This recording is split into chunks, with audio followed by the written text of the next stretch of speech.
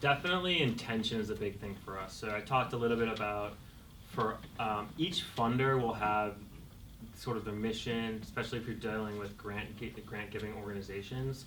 Generally speaking, it's philanthropic money that's tied to a vision and a mission statement for that organization. And so for us, I was talking a little bit about the vital stories artfully told. My job is to really look at why films are being made and why they're being made now. I'm really thinking about how will this film work both in a more standard industry context, but really in a cultural context.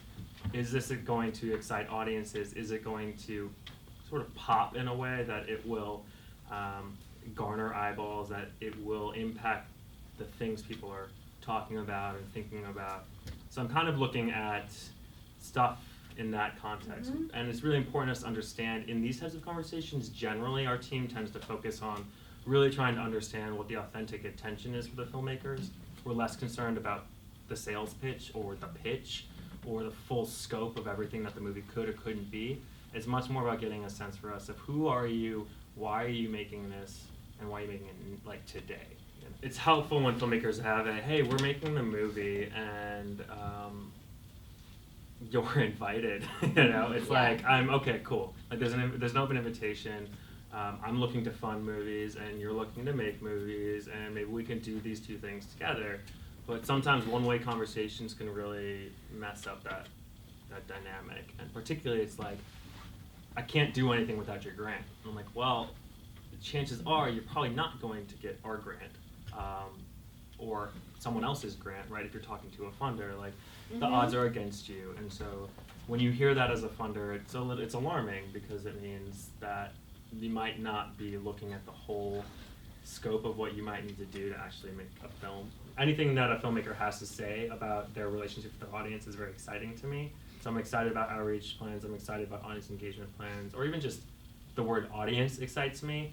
Far too often I see proposals that are about films that people want to make because they can, or because it makes them feel good to make movies, but we are looking for films that are intended to reach audiences and are intending to be a conversation between audiences and filmmakers. So the best advice I have for selling yourself is to not do that. I would just definitely say try to look for a mirror in that writing and saying, is this authentic to who I am?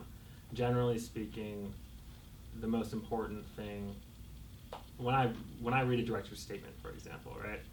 When I sense authentic is probably a word I have used a lot, but really an understanding of who are you as an artist, who are you as a filmmaker, what are your intentions and what do you want to do? Don't try to position yourself as something that you think I want to hear or this cabal of funders might want to hear. What I actually want to hear is who you are. If I get a blind proposal and it is very clearly a template, right? It's very clearly crafted to anyone, just sort of copy paste. This is my blanket director statement, just plug it in, here I go. You can sense that when you're reading through material. So my most tangible advice would probably be whenever you are speaking to a funder you don't have a direct connection with, you haven't met at a market, establishing yourself as someone who has taken the time, and hopefully you have, to understand the scope of their work and the history of their work is usually pretty helpful, because I think it positions you as someone who's going to seek an authentic relationship with them and not just looking to them to send you a check. Anything you can do to say that you are open to a two-way relationship is going to help you.